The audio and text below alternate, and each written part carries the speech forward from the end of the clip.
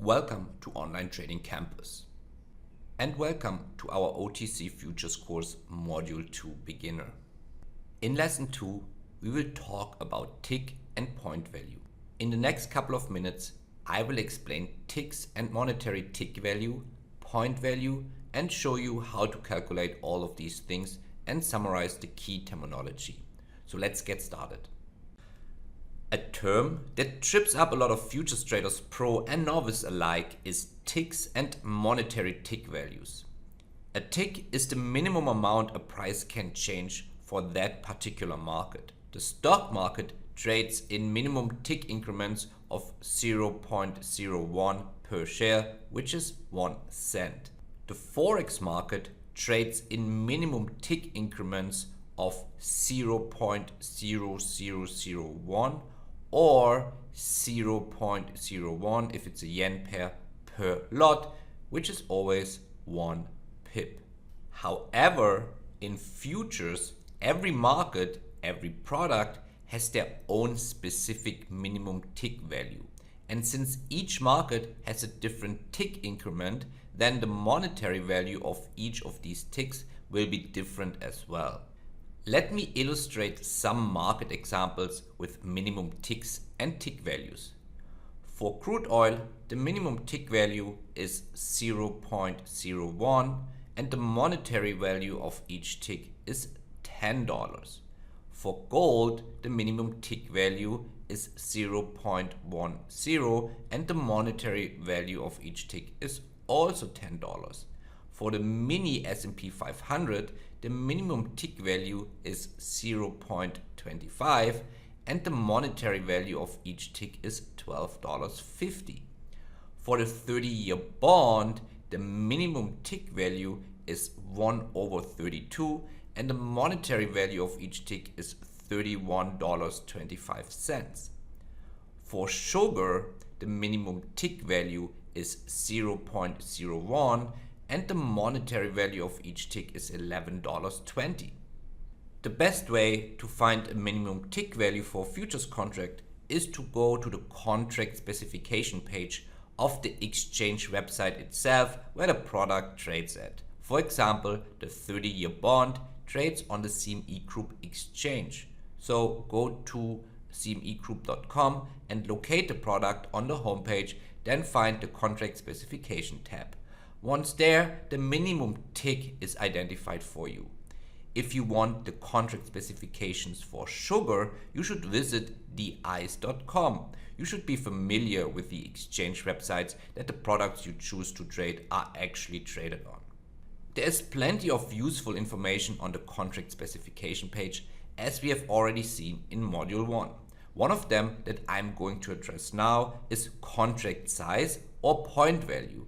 So where does the monetary value for each tick comes from in a futures contract? Well, from the previous table, you can see the differences in monetary tick values, yet sometimes the minimum tick can be the same as another market with a different monetary tick value, such as crude oil and sugar, which have the same minimum tick increment but completely different monetary tick values. Futures trade in contract sizes or point values. This table here illustrates some examples. For crude oil, the contract size is 1,000 barrels, but there is no point value. For the mini S&P, there is no contract size, but the point value is $50. For the 30-year bond, for instance, there is also no contract size, but the point value is $1,000. For sugar, the contract size is 11,200 pounds, but there is no point value. So, as the table clearly illustrates, you can see that some markets have a contract size and others point value. When you read a price quote, so the last price basically, that is on your chart, order platform or in a newspaper, you are reading a unit price for that product. Crude oil, for instance, is priced in dollars and cents per barrel. Grains are priced in cents per bushel. Sugar is priced in cents per pound. A futures contract is made up of multiples of these units. If the futures contract does not trade in units, then the exchange assigns a point value for that contract. The stock index and interest rate futures use point values instead of contract size. Knowing the contract size or points and minimum tick value can help you identify what the monetary tick value is for the product you are trading. This table here will illustrate some popular markets. So for the mini S&P, there is no contract size assigned as we have seen, but therefore you have a point value which is $50. The minimum tick is 0.25 and the monetary tick value is $12.50. For the mini Nasdaq, the same principle applies. You don't have a contract size, but therefore a point value which is $20 and a minimum tick of 0.25 and the monetary tick value of $5. For crude oil, here the opposite applies. You have a contract size which is here 1,000 barrels for the crude oil market, but no point value, and the minimum tick is 0.10 and the monetary tick value is $10. For the 30-year bond, there is no contract size but a point value of $1,000. The minimum tick is 1/32 and the monetary tick value is $31.25. For corn, the contract size is 5,000 bushels. There is therefore no point value and the minimum tick is 0.0025 and the monetary tick value is $12.50. For the euro, the contract size is 125,000 euros. No point value therefore, and the minimum tick is 0.0001 and the monetary tick value is $12.50. And for gold, you have a contract size of 100 ounces. Therefore, again, no point value. The minimum tick is 0.10 and the monetary tick value for gold is $10.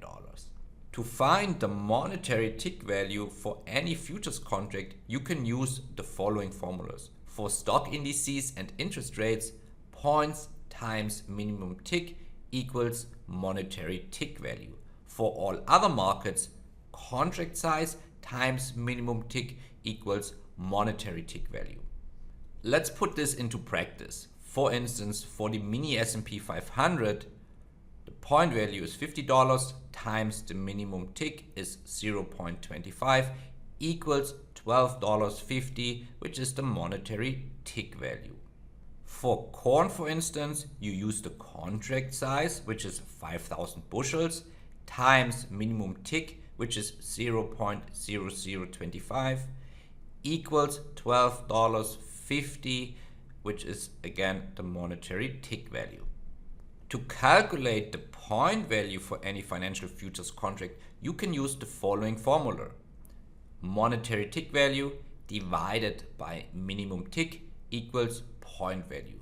Let's make an example here. For the mini S&P, you use the monetary tick value, which is $12.50, divided by the minimum tick, which is 0.25, equals $50, and now you have the point value.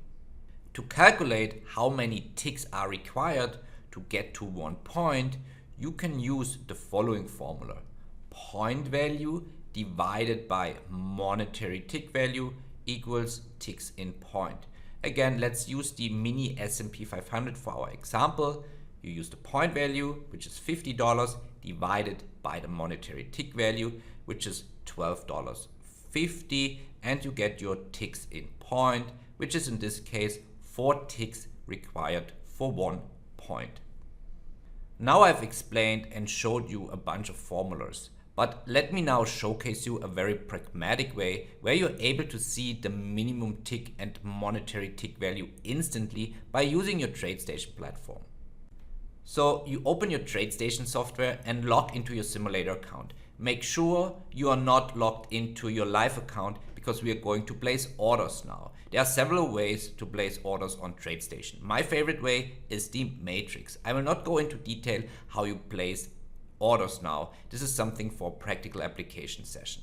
But here we are trading the June 2020 gold contract. You can see here in the matrix on the price column, prices going up and down, and the gray highlighted price is where the gold June contract is currently trading at. Here you can immediately identify the minimum tick, which is 0.1.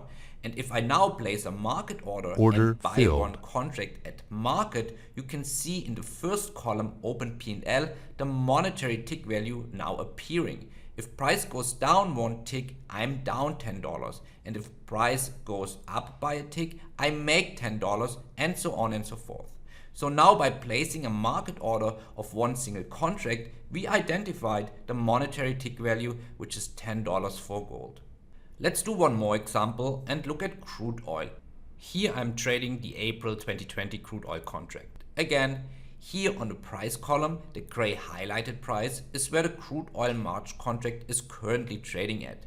By looking at the price column, you can immediately identify the minimum tick on crude oil, which is 0.01. And if I now place a market order and buy one contract at market, you can see in the first column open P&L the monetary tick value now appearing. If price goes down one tick, I'm down $10, and if price goes up by a tick, I make $10. So now by placing a market order of one single contract, we identified the monetary tick value, which is $10 for crude oil. Let's do one last example and show you how you can also identify the point value and how many ticks are required to get to one point with the help of your TradeStation matrix. Here I'm trading the March 2020 S&P contract. Again, here on the price column, the gray highlighted price is where the S&P March contract is currently trading at. Let's start with the same exercise and place a market order and buy one contract at market. You can see in the first column open P&L the monetary tick value now appearing. If price goes down one tick, I'm down $12.5, and if price goes up by a tick, I make $12.5 per contract. So now by placing a market order of one single contract, we identified the monetary tick value, which is $12.5 for the S&P. If I now want to know the point value from one round number to another round number, I bought one contract at 3,243 points, and if I go down to 3,242 points, I can see that the point value is $50 per contract. Consequently, if price drops by 1 point, I'm down by $50, and if price goes from 3,243, my entry, to 3,244, I'm making 1 point, which is $50. Now I have identified my point value, which is $50. To know how many ticks are required for 1 point, I just count the ticks from my entry, which is a round number, to another round number. I can see that it requires 1, 2, 3, 4 ticks to get to 1 point. Consequently, I have identified the number as well. 4 ticks are required to get to 1 point. So let's summarize all of the key terminologies that we just learned. Tick is the smallest movement in price of a specific product. Tick value, the tick value is the monetary value of a tick in local currency, mostly US dollars. Point value is the number of ticks needed to get to a point, which is usually a round number. Point value is the monetary value of a point in local currency, which is mostly US dollars. So why have we done this whole exercise? Because each product has its own specific tick and point value. It is of the utmost importance that you know and understand the product, the market that you are trading, and it will be important for position size calculation, which we cover later in this course. Now, in the next lesson, we talk about futures contract symbols and explore what kind of components a specific futures contract symbol consists of. So stay tuned for lesson 3.